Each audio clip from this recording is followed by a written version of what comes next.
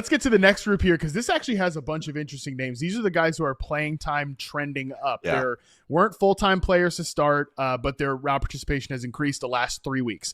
Tez Johnson, 82% of the route since week 6. Jack Besh, 80% since week 6. This is all since week 6, so I can stop saying that. Chamir DK, 76%. Jaden Higgins, 70%. Pat Bryant, 52%. Jaylen Null, 47%. Like, to me, Nate, everybody here, Chamir DK, 76%. Did I say that? Anyways, these guys here, they are the ones that I think they're much more interesting than all the non-Hunter, Golden, the other guys that we talked about there. So when I throw you this group, who do you like? Oh, well, there's a lot I like. I would say maybe because you probably highlighted him already, but DK would be the one that's the most pleasant surprise, I would say, as he has shown more real receiver things to me than maybe just what I envisioned him as. I would say in Pat Bryant, I have to mention again. I know I feel like you and I've already talked about him 4 times in the last 2 weeks. But he's the guy. I think you and I talk about Pat Bryant once a week, whether on or offline. He's got a good streak going right now. I know. He's worthy of talking about. You can tell they like him. They're trying to do real things with him. They're trying to get him design touches. So they're saying, hey, thank you for blocking your ass off. Here's a touchdown for it. And that is, again, those are the little things I look for. It's like, okay, so they're giving you valuable touches. And Sean Payton's very cognizant of who he gives those red zone touches to. So the fact they're giving it to a rookie, Troy Franklin has had some blow-up games, but it's more like Pat Bryant they've been trying to get plays for. So that's a guy I just keep kind of redraft. I have no idea how to figure him. Dynasty, I like him kind of as like a nice little sneaky guy to maybe add. I know Troy Franklin is getting those headlines and stuff, but he's the guy I'm like, just really keep my eye on. And then the Texans duo, but they're just, I rewatched that game. It was so much better. But it was, again, going against a 49ers defense that can't cover anything right now, especially over the middle of the field. And also the vets are coming back from injury. So it's very much what is going to happen? Nico Collins and Christian Kirk are both coming back from injury. So I don't know how it's going to break. Of course, Nico Collins is the number one dude there, but how the rest of these guys rolls, it's like anybody's guess. But I do think both of those guys looked good. And they're Higgins had some nice moments, even though I like Null a little bit better. But I thought Higgins had some really nice moments against the 49ers and other touches as well. But I like both of those guys. It's just the Texans system or Texans ecosystem is just still messy. It's still very hard there right now. Very opponent matchup driven as far as how high you can get on them.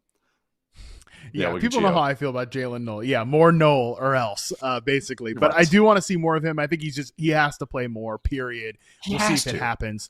He has to. It would just be crazy. Did you see the rep against Upton Stout when he just freaking bullied him? Yeah. So Upton Stout is a bully. Upton Stout just beats the crap out of guys. He's this little slot. I've been comparing him to Taz, the wrestler. He's just a slot for the 49ers. And Jaylen Null bullied him. And it should have been OPI. Don't get me wrong. But that's an NFL rep. That's a one that refs will let go away because they're saying, hey, you guys are fighting. Whatever, I'll let it go away. That was cool to me. Because it's you're not a finesse slot. You can do the bully ball stuff. And it's play more.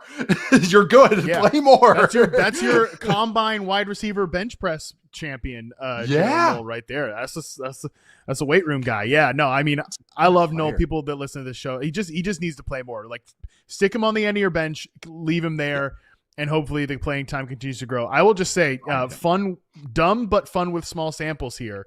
Jaden Higgins from the slot this year, Nate, 22 routes, 18% targets per route, 2.05 yards per route run. Jaden Higgins from the outside, 115 routes, 15% targets per route run, 0.96 yards per route. So not saying, I'm just saying. I think he still looks stiff on the outside routes against man coverage. I think the separation is very hit or miss, but he has his uses. And I think a 3-receiver set of Nico at X and kind of alternating him and Higgins so that you can get Nico some free releases and stuff. And Higgins is your primary flanker and Null is your slot and keep all these guys rotating. I can see it. I just don't know if Nick Caley sees it. And I don't know if this Texans offense can pull it off based on what we've seen so far. Right. So other guys in the ideal circumstances, I love it. But what they're dealing with right now. Are these ideal? No, it's not. That's the Woody Marks conversation. It's it's just not great. It's just kind of it is what it is right now.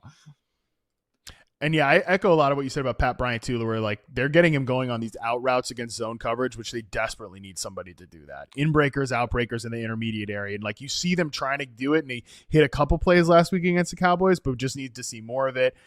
Tez Johnson, another guy, by the way, just so here we go again. Baker Mayfield's got his out route guy. Like him and Tez have the chemistry is a little hit or miss, but they're having Tez run a lot of these speed outs, deep outs from the slot or outside or off the line of scrimmage as the outside player, and like they're connecting a little bit. So Tez is a guy that as long as he's playing like 80% of the routes as he is right now, he is a fantasy flex consideration. We'll just see what the receiver room looks like coming out of the bye if Godwin's going to play. But I don't know what level of hit they've got here, but they've got some level of hit with the 7th rounder. Yeah, it's more of circumstances right now with those injuries and everything, but their run game's not great right now, so they're chucking it. So it's like he's going to get opportunities to get it. And Ibuka's been nursing the injury as well, so it's just he's made the most of his opportunities. And you mentioned some of the chemistry stuff, and that's the thing is Baker can be sometimes a half second off, and he makes up for it with his arm. And then when you get with a guy with Tez Johnson, who can be a little loose with his route running, be a little freestyle and going on with his route running. So it's like that's not the perfect quarterback kind of receiver as far as timing. But I do think that he's been, I wouldn't say a pleasant surprise because he was a baller in college. It's been more just like, oh, okay, the testing maybe wasn't indicative of kind of what you actually are. I'm always going to fade those type of guys. Like, I mean, I wasn't saying he should be a 7th rounder. I thought it was more like a 4th, 5th. Same. Yeah, but it's been nice that he's been kind of like, at the very least, deserves a role in an offense that has had real good moments right now, or this season, I should say. 100%. And just quickly, I'll just say on Jack Besh, I'd like to see more of Besh, and like kind of a rough game against the Chiefs, but everybody had a rough game in that game. So like, but the two before that, I thought he 5 minutes really it took you to watch that whole game. yeah, for real. Yeah, that I'm just like throw that film away. But he's clearly better than Thornton, and like him and Tucker, I think can make a nice little duo there. So I'd like to see more of Besh. Guys worth keeping an eye on here. Again, let's not talk about all these guys just real quick. If there's any one you want to highlight here between Jaylen Lane, Trey Harris, Isaac Tesla, Luther Burden, Kyle Williams, all these guys, and like Lane has played the most because of injuries. The other guys have been hit or miss. Harris, his route participation's boosted because he started a game for QJ, but he's still been playing. Anyone here you think that in the brief glimpses you've gotten, it's like, I think this guy deserves more playing time? Isaac Tesla. He's so he's so cool. He's still a little bit raw. I get that, but I just also think their offense, like they already have plenty of dogs on that offense that it's just like, it's perfect for him. It's perfect how he should be introduced into the NFL. But Dynasty, I'm trying to get him. I'm trying to, because he does some cool stuff, and I think there's something to it.